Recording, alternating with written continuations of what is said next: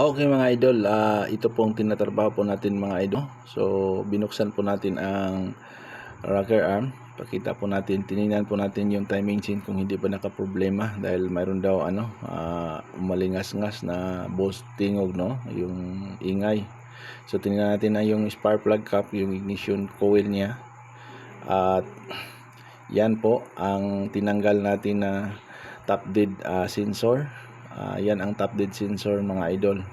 So kaya nga ang problema po nito ay ayaw niyang umandar kahit anong start, hindi siya nag-andar talaga, hindi umaandar.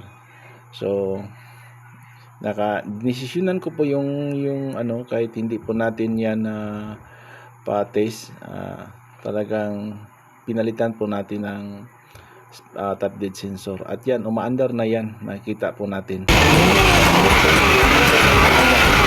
idol at umandar na. So maraming salamat po at thank you for watching sa video ito. Sana po makapagbigay po tayo ng kunting kaalaman ukol po dito sa DE63 na pag hindi na talaga umandar po, na-check mo na lahat, kailangan talaga yung top dead center palitan mo na. So maraming salamat po at God bless po sa ating lahat.